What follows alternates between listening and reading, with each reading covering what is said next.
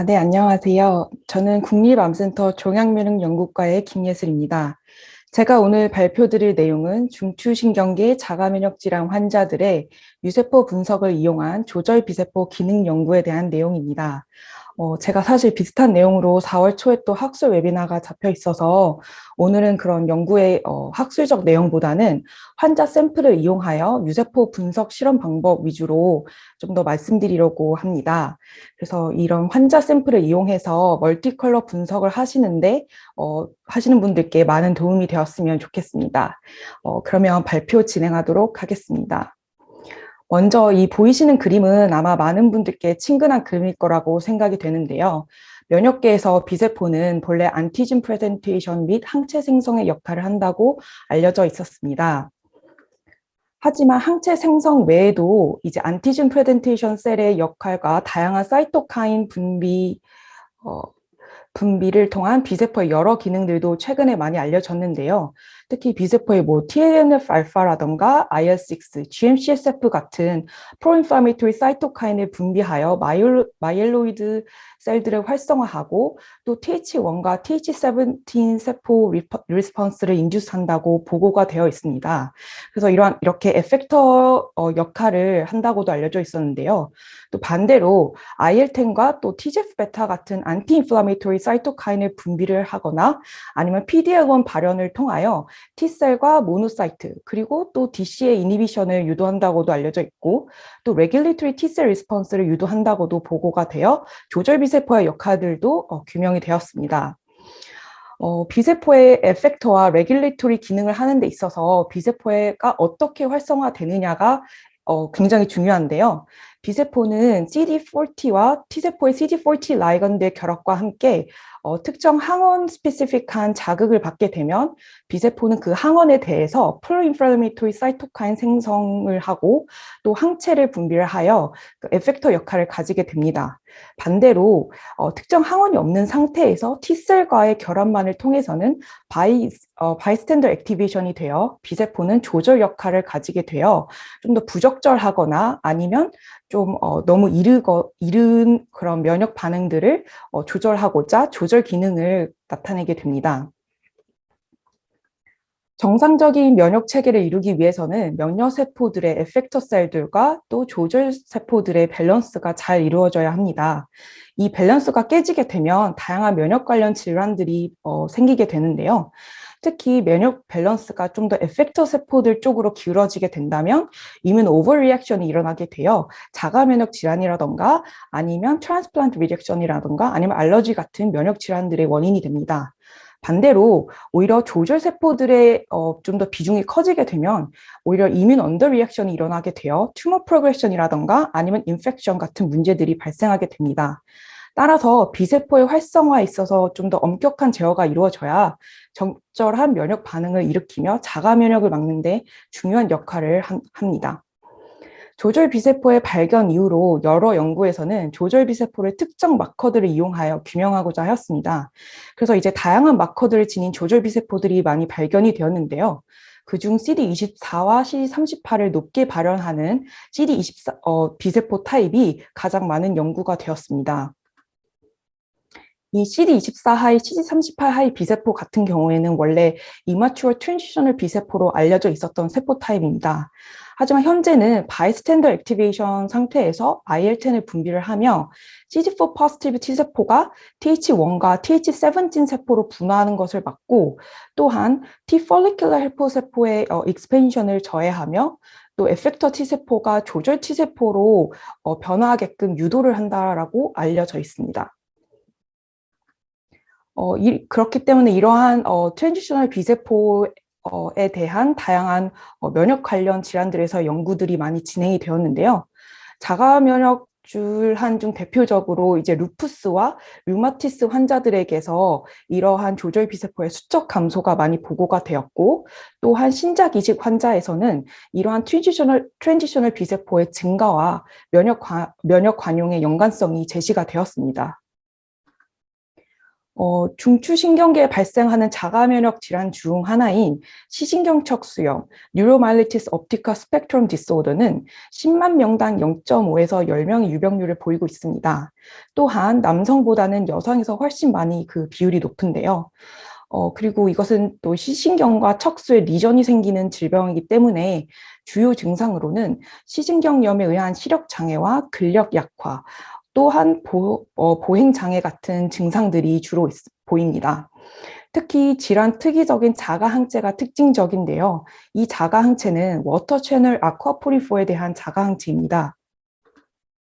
정상인의 중추신경계는 blood brain barrier라고 되어 있는 막으로 보호가 되어 있는데요. 이 BBB는 타이트 정션으로 이루어져 있어서 어떠한 물질이 지나갈 수 있는지에 대해서 아주 엄격하게 컨트롤이 됩니다. 하지만 아직은 좀 알려지지 않은 이유 때문에 중추신경계 자가면역 질환 환자들에게서는 이 BBB에 파괴가 있어서 이런 아쿠아포리포와 다른 면역세포들이 CNS로 들어갈 수 있는 상태가 되어 있습니다. 그래서 이 아쿠아포린4 자가항체가 이 BBB를 통과하여 CNS로 들어가게 되면 아쿠아포에 결합을 하게 되는데, 이 아쿠아포린4는 CNS에 있는 에스트로사이트에 굉장히 많이 발현이 되어 있습니다. 그렇기 때문에 이 두 개가 결합을 하게 되면 컴플리먼트 액티베이션이 일어나게 되고, 그렇게 되면 더욱더 많은 인플라메이션이 일어나게 되며 BBB가 더욱더 파괴가 되게 되어 또 이어서 더 많은 면역세포들의 침윤이 일어나게 됩니다. 그런 상태에서는 더 많은 인플라메이션이 일어나는 상태에서는 추가적으로 더 에스트로사이트 인저리가 일어나게 되고, 또 올리고덴드로사이트 러스와 또 신경세포를 이루고 있는 마일린이 사라지게 되는 디마일리네이션, 또한 신경세포 손상이 일어나게 되어 결론적으로는 신경장애가 일어나게 됩니다. 이렇듯 시신경척수염에서의 비세포의 파소제닉한 이런 역할은 좀 잘 규명이 되어 있었는데, 조절 비세포의 역할에 대해서는 아직 알려진 바가 없었습니다. 그래서 이러한 배경을 바탕으로 다음과 같은 목표를 세웠습니다. 먼저 조절 비세포와 NMOSD의 디시즈 액티비티 간의 연관성이 있는지 알아보고자 하였고, 또 두 번째로는 연관성이 있다면 이뮤노서프레시브 테라피가 과연 이런 조절 비세포에 미치는 영향이 어떠한지를 알아보고자 하였습니다. 그 다음으로는 비세포가 발병 기전에 중요한 역할을 하는 NMOSD 환자에서 조절 비세포의 조절 기능이 어떠한지 확인을 하고자 하였고, 마지막으로는 이뮤노서프레시브 테라피가 치료가 이러한 조절 비세포의 조절 기능에 어떠한 영향을 미치는지 알아보고자 하였습니다. 본 연구에서는 총 149명의 환자 샘플로 진행을 하였는데요. 그중에 22명의 재발 상태의 환자들과 총 127명의 1년 이상 레미션을 유지하고 있는 환자들을 포함을 시켰습니다. 그중에 40명의 환자들은 특정 BCDT라는 치료제가 아닌 다른 이뮤노서프레시브 테라피 치료를 받고 있는 환자들이었고, 87명의 환자들이 이제 BCDT라는 치료를 받는 환자군으로 나누어서 분석을 하였습니다. 그리고 22명의 정상 대조군을 포함을 시켰습니다. 그래서 본 연구에서 먼저 조절 비세포가 시신경척수염 환자에서 어떻게 분포가 되어 있는지 알아보고자 하였습니다. 먼저 이제 환자에게서 체열을 한 후에 그 FICOR gradient separation을 이용하여 peripheral blood mononuclear cell, 즉 PBMC를 분리를 하였습니다. 이 PBMC 안에는 다양한 면역 세포들이 존재하는데요. 림포사이트, 모노사이트, 에오사이노필, 그리고 뉴트로필들이 포함이 되어 있습니다. 또 이 PBMC에서 제가 보고자 하는 그 세포 타입들을 보기 위해서 이제 서페이스 마커에 형광이 붙어 있는 안티바디를 처리를 하였습니다. 그래서 이렇게 안티바디를 처리하여 30분 동안 인큐베이션 한 후 이제 이 팩스벌스라는 장비를 저는 이용을 하여서 데이터 어쿠지션을 하였는데요. 이러한 실험 방법들에 있어서 제가 어떤 마커를 보고자 하고 거기에 대한 어떤 안티바디를 이용하는데 하고자 하는지에 있어서 이 패널 디자인이 굉장히 중요합니다. 이 패널 디자인을 할 때는 이제 여기서 보이시는 것과 같이 이제 그 항원에 제가 보조하는 마커의 익스프레션 레벨과 그 형광의 그 밝기에 따라서 잘 매칭을 시켜야 하는데, 제가 보고자 하는 엔티전 익스프레션이 높다면 그만큼 밝기가 낮은 형광을 사용하시는 게 좋고, 항원의 그 익스프레션 레벨이 낮으면 반대로 형광이 좀 밝은 형광을 사용을 하셔야 좀 분석하시고 결과를 보시는 데 좋습니다. 그래서 저 같은 경우에는 이런 패널 디자인을 할 때 저희 국립암센터 내에 있는 코어 센터에 있는 유세포 분석팀의 이제 오퍼레이터 선생님 분께 도움을 받아 패널 디자인을 하였는데, BD 코리아의 그 학술팀에서도 이런 패널 디자인을 도와주는 그런 게 있다고 하니 합니다. 그래서 이렇게 데이터 아쿠지션을 한 다음에는 이제 데이터 분석을 진행을 하는데요. 여기 왼쪽에 보이시는 표에 있는 이 비세포 퍼퓰레이션들이 이제 제가 궁금한, 보고자 하는 비세포 퍼퓰레이션들이었고, 이 옆에 마커들이 이 각 퍼퓰레이션을 나눌 수 있는 마커들의 조합입니다. 그래서 제가 했었던 게이팅 스트래티지를 간략하게 소개를 드리자면, 먼저 일단 림포사이트 게이팅을 한 후 더블렛을 제거하기 위해서 싱글셀을 먼저 게이팅하였습니다. 그 다음에는 이제 CD19 포지티브 세포를 게이팅하였고, 거기에서 이제 메모리아 나이브 비세포를 CD27 포지티브와 네거티브로 나누어 게이팅하였습니다. 그 다음에 튠시널 B셀이 아닌 또 다른 조절 B세포로 알려져 있는 CD27, CD24, CD27 더블 포지티브 세포도 함께 분석을 하였고요. 또 CD24, CD38을 이렇게 Y-axis와 X-axis에 놓고 조절 비세포인 CD24하이, CD38 하이 비세포, 그리고 메모리 타입이라고 알려져 있는 CD24 하이, CD38 네거티브 비세포, 그리고 mature naive 타입이라고 알려져 있는 CD24 intermediate, CD38 intermediate 비세포와 플라즈마 블라스트라고 알려져 있는 CD24 네거티브, CD38 하이 비세포도 분석을 해왔습니다. 그 다음에 또 다른 이제 조절 비세포로 알려져 있는 regulatory like plasmablast 타입인 CD27 intermediate, CD38 하이 비세포도 함께 분석을 하였습니다.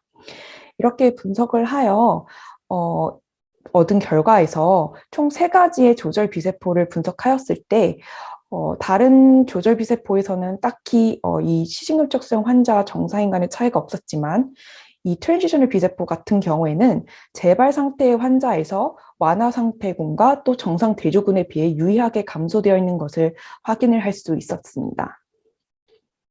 그래서 이렇게 재발 상태의 환자에서는 조절 비세포의 디피션시가 있다는 것을 확인을 하였는데요.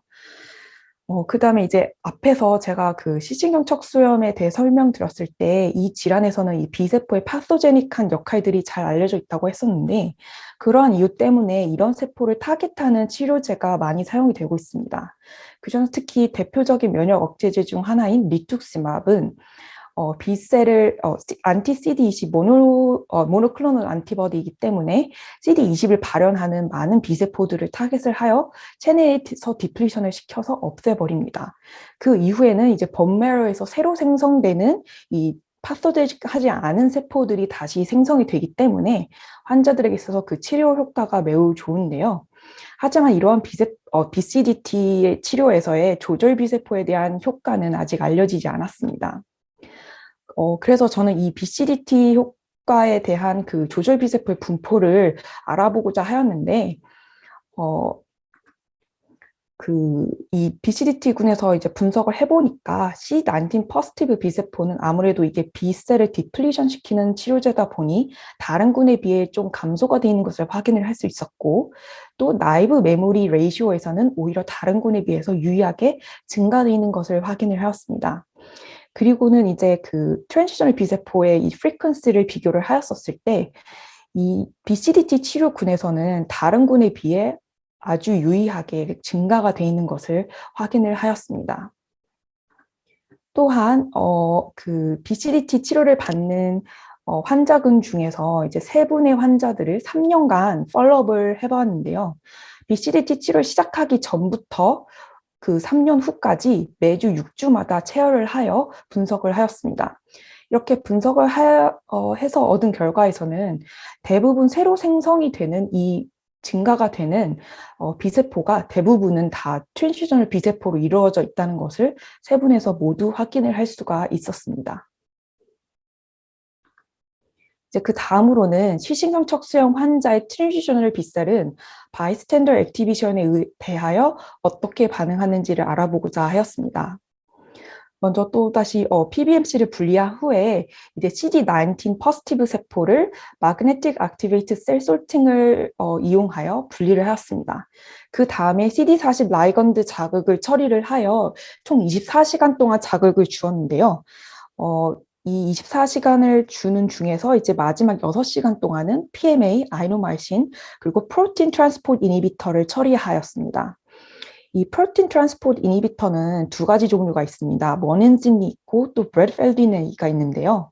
BFA 같은 경우에는 그 프로틴이 엔도플라즘 레티큘럼부터 골지까지의 이 트랜스포트를 억제하는 역할을 하고, 모넨신 같은 경우에는 이 인터셀룰러 프로틴이 골지 내에서의 이 그 트랜스포트를 막는 그런 역할을 합니다. 따라서 이 프로틴 트랜스포트 이니비터는 셀 내에 인트라셀룰러 항행 사이토카인이 분비가 되지 않고 셀 내에 이 어큐뮬레이션이 되게끔 도와주는 역할을 합니다. 그래서 저는 이렇게 자극을 준 후에 6시간 후에 셀을 하베스트하여 인트라셀룰러 사이토카인 스테이닝을 하였습니다. 이 ICS 방법을 제가 선택한 데에는 이제 여러 이유가 있는데, 그중 하나는 기존의 엘라이자나 엘리스팟에 비해서 좀 더 소요되는 시간이 더 짧다라는 점이고, 또한 멀티컬러를 사용하기 때문에 여러 서브퍼퓰레이션에서의 사이토카인 분석이 가능하기 때문입니다. 또 마지막으로는 이제 이게 멀티플렉스가 가능하다는 점인데, 프로인플라메이토리와 안티인플라메이토리 셀들을 동시에 분석을 할 수 있다는 장점이 있어서 이렇게 그 셀 넘버와 그리고 샘플 양이 굉장히 제한적인 임상 샘플에서 굉장히 유용하게 사용할 수 있는 방법이어서 선택을 하게 되었습니다. 그래서 이제 ICS 방법으로는 셀을 자극을 하여 사이토카인 어큐뮬레이션을 유도한 다음에 셀 서페이스 스테이닝을 하여 제가 보고자 하는 서브 퍼퓰레이션을 분석할 수 있게끔 제 관심사의 마커들을 붙여서 안티바디를 처리를 한 다음 인큐베이션을 했습니다. 그 다음에는 이제 세포를 픽스하고 퍼미어빌레이션을 시켜서 제가 사이토카인에 대한 안티바디를 처리를 하면 이게 셀 내에 들어가서 셀 내에 있는 사이토카인에 바인딩을 하여 제가 분석할 수 있게끔 도와주었습니다. 그 다음으로는 이제 저는 이 데이터를 어쿠이션 할 때 엘사 폴체사라고 한꺼번에 17, 17 컬러가 분석이 가능한 장비를 이용을 하였습니다. 이렇게 해서 마찬가지로 여기서 제가 보고자 하는 서브 퍼퓰레이션 그룹들이 이렇게 4가지가 있었고, 각 서브 퍼퓰레이션에서 IL-10, TNF-알파 그리고 IL-6를 분석을 하고자 하였습니다. 그래서 먼저 라이브 데드 스테이닝으로 라이브 셀들을 먼저 게이팅을 한 다음 림프사이트 게이팅을 하였고, 그 다음에 이제 B세포를 게이팅을 하였습니다.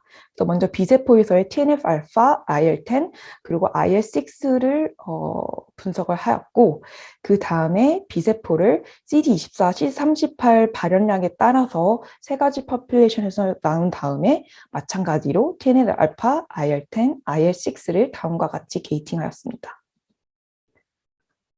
그렇게 해서 그 결과, 일단 정상인의 결과에서 IL-10 포지티브인 이 B세포들의 발현을 IL-10 하이, IL-10 인터미디에이트, 그리고 로우로 나누어 분석을 해보니 대부분의 IL-10 포지티브인 세포들은 모두 CD24와 CD38을 높게 발현을 하고 있다는 것을 확인할 수 있었습니다.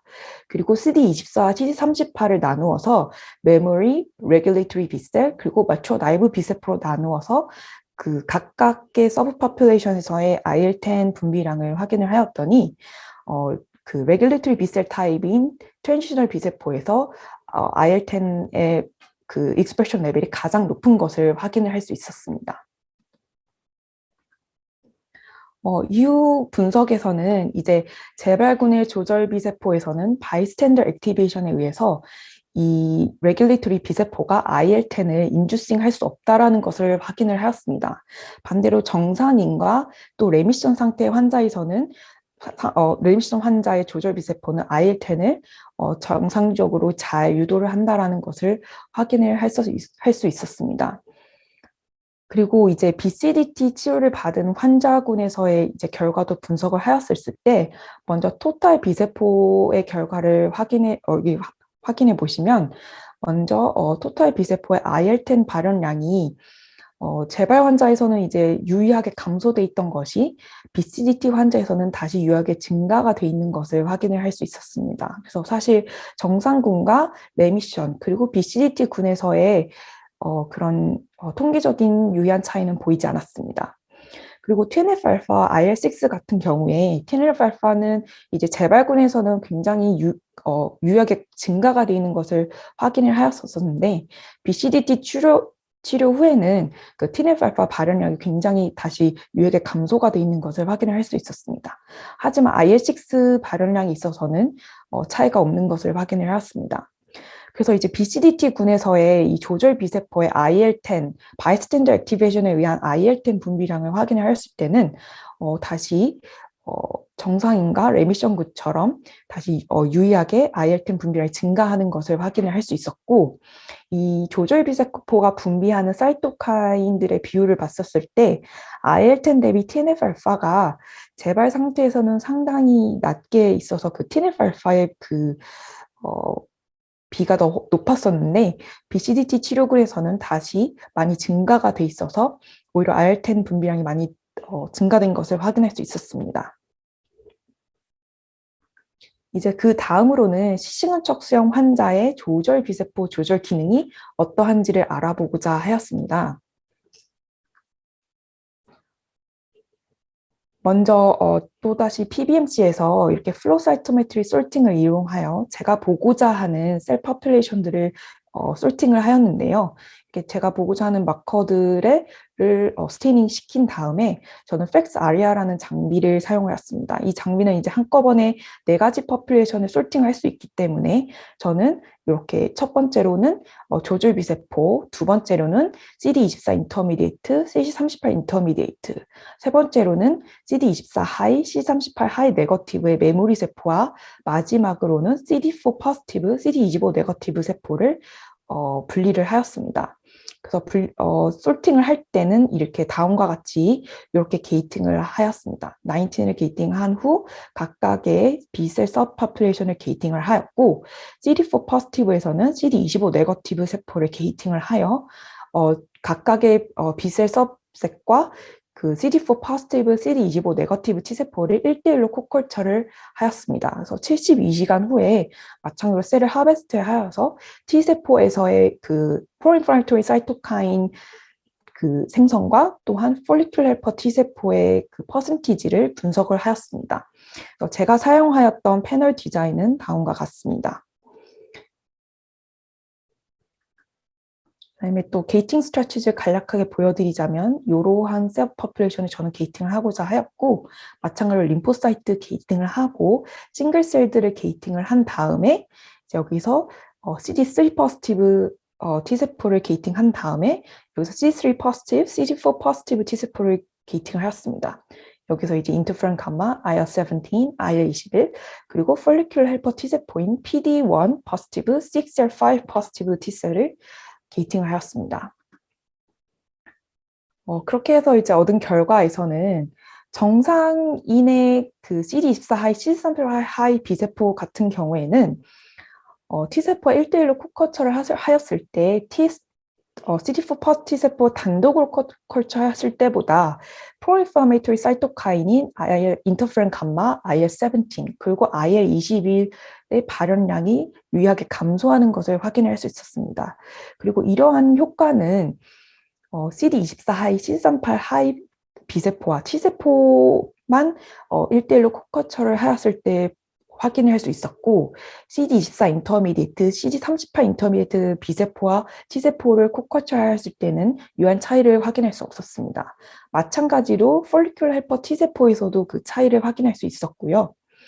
하지만 신경척수형 환자의 세포로 실험을 하였을 때는 이러한 T세포의 프로인플라메이토리 사이토카인 분비와 또 폴리큘러 헬퍼 T세포의 프리퀀시에는 조절 비세포가 미치는 영향이 없었습니다.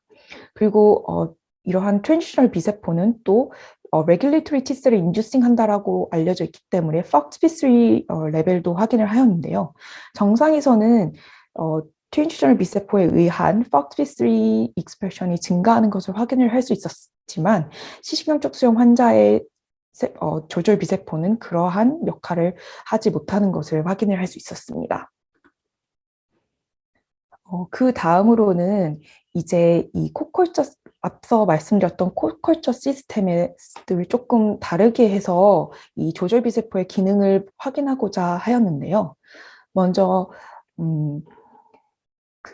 이 조절비 세포를 좀 디플리션 시키는 방법을 선택을 하였습니다. 그래서 여기 게이팅 스트래티지를 보시면 일단 CD19 포지티브 비세포를 먼저 게이팅을 한 다음에 여기에서 CD24 하이, CD38 하이 비세포를 디플리션 시키고 뺀 나머지 세포들을 모두 게이팅을 하여 솔팅을 하여 CD24 하이, CD38 하이 디플리트 비세포를 솔팅을 하였습니다. 그리고 디플리션 시키지 않은 그냥 토탈 CD19 포지티브 비세포 또한 솔팅을 하였고요. 그리고 앞에서 마찬가지로 CD4 포지티브, CD25 네거티브 T세포를 분리를 하였습니다. 그래서 이러한 B세포와 T세포를 1대1로 코커처를 하여 똑같이 72시간 동안 자극을 주었고 72시간 후에 셀을 하베스트하여 ICS로 CD4 포지티브 T세포의 그런 사이토카인 분비량을 확인을 하였습니다. 그렇게 해서 확인을 하였을 때 그냥 토탈 B세포와 CD4 포지티브 T세포를 코컬처를 하였을 때는 이런 조절 B세포가 디플리션, 코컬처 시스템에서 디플리션 하게 되면 인터페론 감마나 IL-17, IL-21, 그리고 follicular helper T세포의 프리퀀시가 증가를 하는 것을 볼 수 있었습니다. 따라서 이 조절 B세포가 이 undepleted 된 코컬처 시스템에서는 잘 CD4 포지티브 T세포를 억제를 하고 있다는 것을 확인을 하였고요. 하지만 반대로 시시경적성 환자의 혈액에서 채취한 세포들로 실험을 하였을 때는 이 조절 B세포를 디플리션 시키는 게 CD4 포지티브 T세포에는 아무런 영향이 없다는 것을 확인을 하였습니다. 마찬가지로 이제 FOXP3 레벨을 T세포에서 확인을 하였을 때 정상인에서는 조절 B세포를 디플리션 시키게 되면 FOXP3 레벨이 감소하는 것을 확인을 할 수 있었습니다. 하지만 반대로 시시경척수의 환자에서는 FOXP3, CD4 포지티브 FOXP3 익스프레션 레벨의 조절 B세포 디플리션이 미치는 영향은 없었습니다. 그리고 이제 BCDT 치료를 받은 환자의 조절 B세포의 기능을 알아보고자 하였는데요. 앞서 말씀드린 방법처럼 똑같이 CD24 하이, CD38 하이 조절 B세포와 CD4 포지티브 T세포를 1대1로 코컬처를 하였을 때 BCDT 치료를 받은 환자군의 조절 B세포는 인터페론 감마와 IL-17 프로덕션을 CD4 포지티브 T세포에서 억제를 하는 것을 확인을 하였습니다. 하지만 IL-21이라든가 follicular helper T세포 또한 FOXP3에는 아무런 영향을 미치지 못한다는 것을 확인을 할 수 있었습니다. 따라서 BCDT 치료 후에는 그런 조절 B세포의 수적 증가를 확인을 일단 첫 번째로 하였고 그 다음 그렇게 증가된 조절 B세포들은 바이스탠더 액티베이션에 대하여 좀 더 정상화된 IL-10의 분비를 하였으며 이러한 조절 B세포는 CD4 포지티브 T세포의 인터페론 감마와 IL-17을 억제하는 기능이 다시 리스토어 되어 있다는 것을 확인을 하였습니다. 그래서 이제 마지막으로 이 본 연구에서는 NMOSD에서 조절 B세포의 디피션시를 확인을 하였고 이뮤노서프레시브 테라피인 BCDT 치료 후 새로 생성된 B세포의 대부분이 조절 B세포이므로 이러한 디피션시가 다시 리스토어 되는 것을 확인을 하였습니다. NMOSD 환자에서는 조절 B세포의 수적 감소 및 조절 기능이 impaired 되어 있어서 자가 면역 반응을 조절하지 못하여 질병 악화에 기여하는 것으로 보이고 있고 B셀 디플리션 후 새로 생성되는 조절 B세포는 일부 조절 기능이 정상화되어 있으며 이러한 조절 기능 정상화와 디플리션 과정에서 파소제닉한 B세포의 제거로 인해 면역 균형이 일부 회복되어 면역 관용을 이룬다고 볼 수 있겠습니다. 그래서 이제 마지막으로 본 연구는 국립암센터 종양면역연구과와 신경과의 PI이신 김호진 교수님의 지도하에 이 연구를 진행을 하였고요. 그리고 국립암센터 암연구 코어센터의 유스포 분석팀에 있는 오플터 선생님의 도움을 받아 모든 장비 오퍼레이션의 도움을 받고 실험을 진행할 수 있었습니다. 마지막으로 이 연구에 참여해 주신 국립암센터 신경과의 중추신경계 자가면역질환 환자분들께 감사하다고 말씀드리고 싶고 또 들어주신 모든 청취자분들께 감사하다고 말씀드리고 싶습니다. 네, 감사합니다.